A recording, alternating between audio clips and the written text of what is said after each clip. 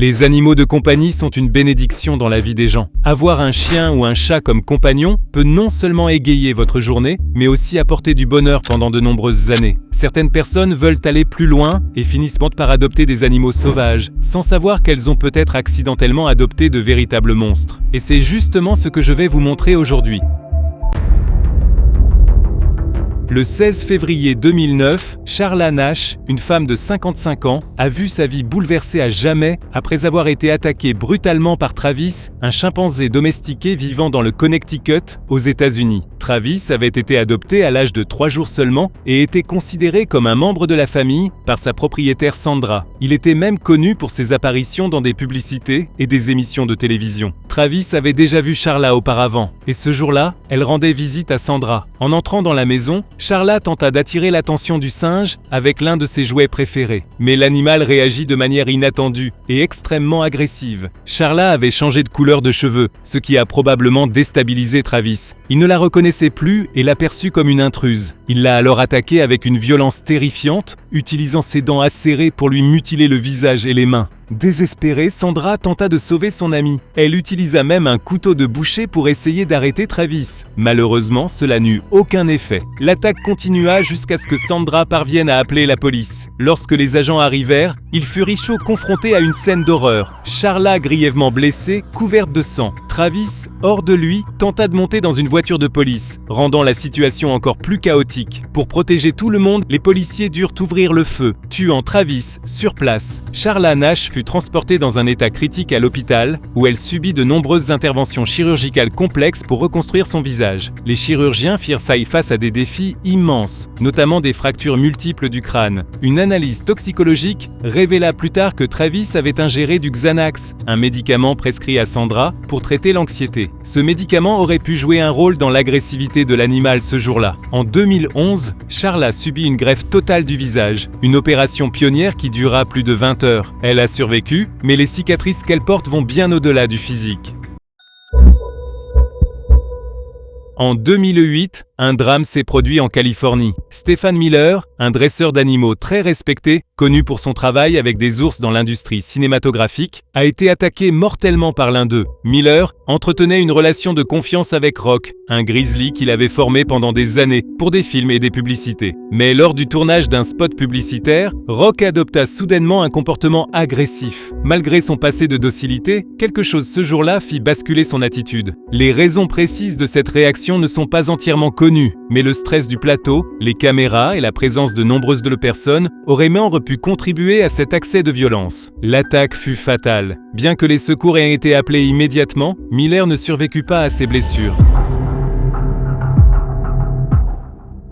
Marius Helsz, un fermier sud-africain de 41 ans, entretenait une relation aussi unique que controversée avec un hippopotame qu'il avait adopté tout jeune. Nommé Humphrey, l'animal avait été sauvé alors qu'il n'était encore qu'un bébé. Au fil des années, un lien profond s'était noué entre eux. Pour Marius, Humphrey était comme un fils. Mais cette relation singulière tourna au drame en 2011. Un soir de samedi, sur sa propriété rurale, Marius fut attaqué par Humphrey. Selon les témoins, l'animal, alors âgé d'environ 6 ans et pesant plus d'une tonne, est soudainement devenu agressif et a mordu son propriétaire à plusieurs reprises. Le corps de Marius fut retrouvé plus tard dans un ruisseau qui traversait sa ferme de 400 hectares. L'autopsie révéla des blessures graves, provoquées par des morsures violentes. Ce drame bouleversa la communauté locale et relança le débat sur les dangers de garder des animaux sauvages comme animaux de compagnie.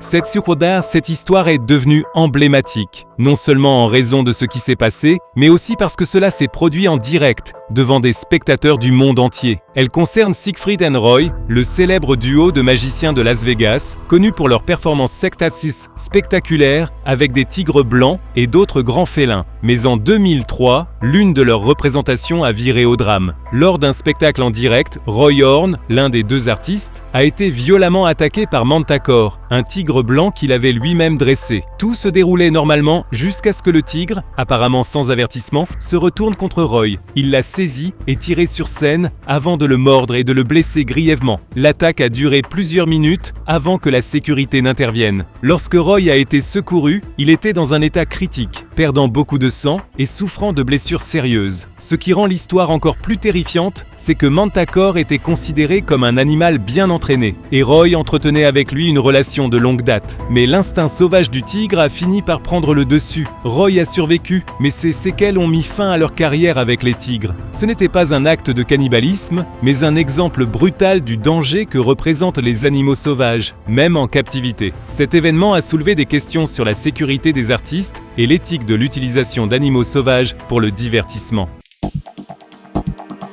Tilikum l'orque en la dresseuse Dawn Brancheau. Le 24 février 2010, l'orque Tilikum, qui vivait au SeaWorld d'Orlando, a causé la mort de sa dresseuse Dawn Brancheau pendant un spectacle. Dawn, une professionnelle expérimentée, animait une session avec l'orque lorsqu'elle a été attaquée. Au cours de la représentation, Tilikum, connu pour son comportement imprévisible, l'a soudainement attrapée et tirée dans l'eau avec une puissance énorme. Dawn se trouvait près du bord du bassin quand Tilikum l'a saisie par la jambe et l'a entraînée dans la profondeur du bassin, la maintenant sous l'eau et empêchant toute tentative de sauvetage. L'attaque a duré plusieurs minutes et Dawn n'a pas pu s'échapper. Des témoins ont affirmé que l'orque semblait agitée, alternant entre la tirer et la relâcher, tandis qu'elle luttait pour se libérer. Malgré les efforts de sauvetage, Dawn n'a pas survécu. L'autopsie a confirmé qu'elle était morte par noyade et qu'elle avait subi de multiples traumatismes. Tilikum avait déjà montré des signes d'agressivité par le passé et avait été impliqué dans d'autres incidents, mais aucun aussi tragique. Après cet événement, SeaWorld a fait face à de vives critiques concernant les conditions de vie des orques et les risques associés au travail avec des animaux marins de grande taille en captivité. Cette tragédie a marqué l'un des moments les plus sombres de l'histoire des parcs aquatiques.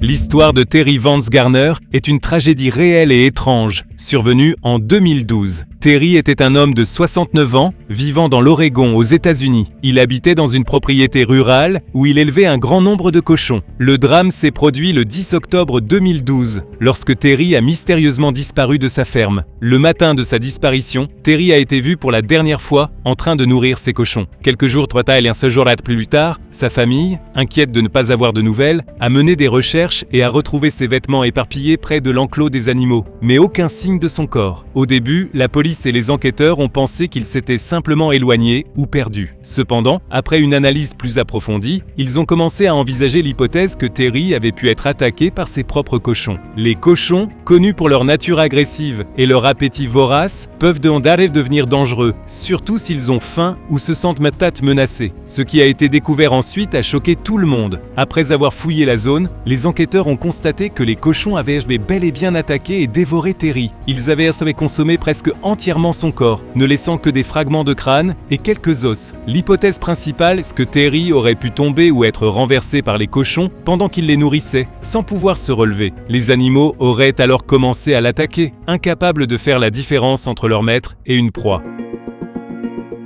En mai 2012, à Salem Township, en Pennsylvanie, une tragédie a choqué toute la communauté. Sandra Piovesan a été retrouvée sans vie dans un enclos électrifié où elle gardait 8 de ses 9 chiens-loups hybrides. La cause du décès ? Une attaque brutale de ses propres animaux. Selon le Pittsburgh Post-Gazette, Sandra a saigné à mort après avoir été attaquée par ceux en qui elle avait confiance. Ces chiens-loups, issus du croisement entre des loups et des races comme le malamute d'Alaska, le berger allemand et le husky sibérien, sont fascinants, mais exigent des soins extrêmes. Ils n'attaquent généralement pas sans raison mais nécessitent discipline, espace et entraînement constant. À l'époque, John Davis, vice-président de l'Association américaine des chiens-loups, a déclaré que l'organisation tenait des registres des éleveurs et cherchait à améliorer la race. Cependant, il a admis n'avoir jamais entendu parler de Sandra Piovesan avant l'incident. Davis, qui vit avec des chiens-loups depuis les années 1980, a souligné que de telles attaques sont extrêmement rares, encore moins fréquentes que chez de nombreuses autres races, selon ses propres mots. Paul McDonald. En avril 2019, dans la paisible ville de Moyu, en Australie, une tragédie a bouleversé la région. Paul McDonald, un fermier de 47 ans, possédait un animal de compagnie ennemi peu commun, un cerf hybride, issu du croisement entre un orignal et un cerf élaphe. Il l'élevait depuis son plus jeune âge et le considérait comme un membre de la famille. Mais ce matin-là, tout a dégénéré. Paul est entré dans l'enclos pour nourrir l'animal, comme il le faisait chaque jour. Cependant, cette fois, le comportement du cerf a changé. L'animal est devenu agressif, attaquant Paul avec ses bois de façon violente, le blessant gravement. L'épouse de Paul, Mandy, a entendu ses cris et a couru pour l'aider. Elle a elle aussi été attaquée, mais a réussi à s'échapper avec des blessures sérieuses. Les services d'urgence ont été appelés, mais à leur arrivée, il était déjà trop tard pour Paul. Le cerf n'a été maîtrisé qu'après qu'un policier ait été contraint de l'abattre. Des experts ont expliqué que, pendant la saison des amours, ces animaux deviennent extrêmement territoriaux et agressifs, même lorsqu'ils sont élevés en captivité. Une histoire tragique qui rappelle que, malgré leur apparence docile, les animaux sauvages gardent des instincts si imprévisibles.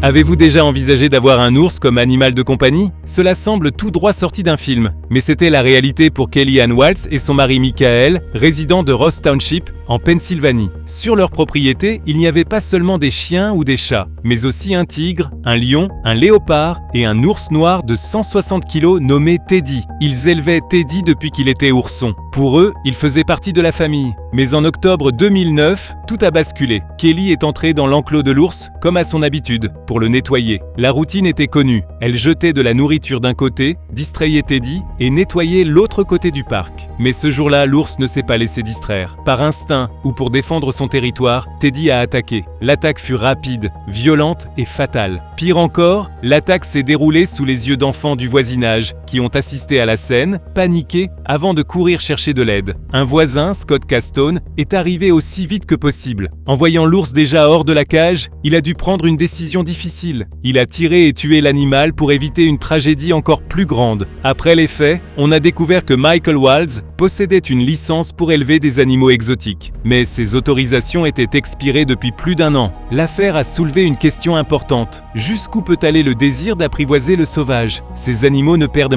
jamais totalement leurs instincts, et une seule erreur peut coûter une vie. Voici l'histoire vraie de Kelly Ann Waltz et de Teddy, l'ours devenu tristement célèbre. C'était un matin paisible en Indonésie lorsque survint une tragédie bouleversante. Dizzy Tuwo, une femme de 44 ans, travaillait comme chef de laboratoire dans une ferme perlière dans le nord de Sulawesi. Ce qui semblait être une journée ordinaire est donc rapidement devenu un cauchemar. Dizzy effectuait une tâche de routine, nourrir le crocodile domestique de la ferme, un animal de plus de 4 mètres de long, appelé Mary. Mais pendant cette tâche, un drame s'est produit. Dizzy a perdu l'équilibre et est tombé dans l'enclos du crocodile. L'animal a attaqué immédiatement et avec sa puissante mâchoire, il l'a rapidement entraîné dans l'eau. Ses collègues ont entendu ses cris, mais lorsqu'ils sont arrivés pour l'aider, il était déjà trop tard. Le lendemain, le corps de Dizzy a été retrouvé, portant de nombreuses blessures graves causées par l'attaque. Le crocodile, Mary, a été sédaté et transféré dans une zone de conservation, loin de toute présence humaine. Malheureusement, cette histoire rappelle brutalement les dangers de garder des animaux sauvages, comme les crocodiles, en captivité de manière imprudente. Dizzy Tuwo n'est plus parmi nous, mais son histoire nous rappelle l'importance de respecter la nature et les animaux sauvages.